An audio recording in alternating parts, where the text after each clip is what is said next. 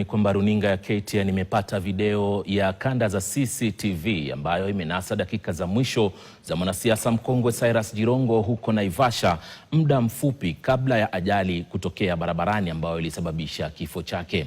Video hiyo inaonyesha ajali ilitokea mwendo wa saa 8 na dakika 19 na sekunde 25 nyakati za alfajiri, ikiwa ni ajali ya ana kwa ana. Matokeo ya ajali yalisukuma gari alilokuwa anaendesha Jirongo kwa takriban mita 25 kutoka kwenye eneo la ajali, huku basi la usafiri wa umma la kampuni ya Climax lililohusika likisimama takriban mita 50 kabla ya kugongana na gari la Jirongo. Mwanahabari Lennox Sengre anaarifu zaidi. KTN imepata picha za CCTV zinazoonyesha ajali ya kutisha iliyokatiza maisha ya Mheshimiwa Jirongo. Saa 8 na dakika 18 na sekunde 45 za asubuhi, gari la Jirongo aina ya Mercedes Benz jeupe linaonekana kwenye CCTV likielekea kituo cha mafuta cha Eagle kando ya barabara kuu ya Naivasha Nakuru. Saa 8 na dakika 18 na sekunde 55, gari hilo linaondoka ndani ya kituo cha mafuta. Kulingana na CCTV, Jirongo hakusimama katika kituo hicho cha mafuta wakati wowote. Sekunde mbili baadaye, saa 8 na dakika 18 na sekunde 57, gari aina ya Probox linafuata Mercedes yake kwa karibu. CCTV inaonyesha gari hilo la Probox ilikuwa na abiria wawili na hakuna aliyeonekana kuzingatia gari la Jirongo lilipojiunga tena na barabara kuu. Kwa jumla, gari la Jirongo lilikaa takriban sekunde 17 ndani ya eneo la kituo cha mafuta bila kusimama.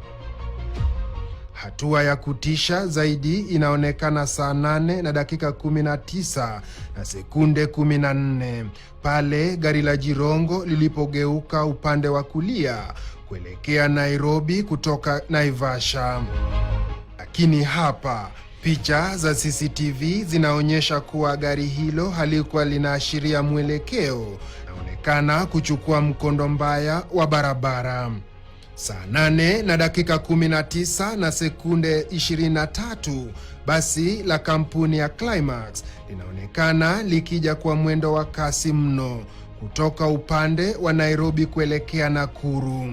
Sekunde mbili baadaye, saa 8 na dakika 19 na sekunde 25, basi hilo linagongana uso kwa uso na Mercedes ya Jirongo. Matokeo ya mgongano huo inavuruta Mercedes kwa takriban mita 25 barabarani, huku basi la Climax likisimama umbali wa takriban mita 50 kutoka eneo la ajali. Cha kushangaza mno, picha za CCTV zinaonyesha hakukuwa na mwitikio wa haraka, kwani hakuna mtu aliyeshuka mara moja kutoka kwenye magari hayo mawili kuangalia kilichotokea. Dakika chache baadaye, moshi mzito unaonekana ukitoka kwenye gari la Jirongo. Saa 8 na dakika 20, mtu mmoja anaonekana hatimaye akikaribia eneo la ajali kuangalia gari la Jirongo. Swali linalozidi kuzua hisia ni namna Jirongo alivyoweza kusafiri umbali wa kilomita kadhaa kutoka hoteli ya Oasis iliyoko Karen, kaunti ya Nairobi hadi Naivasha. Lennox Sengre, runinga ya KTN.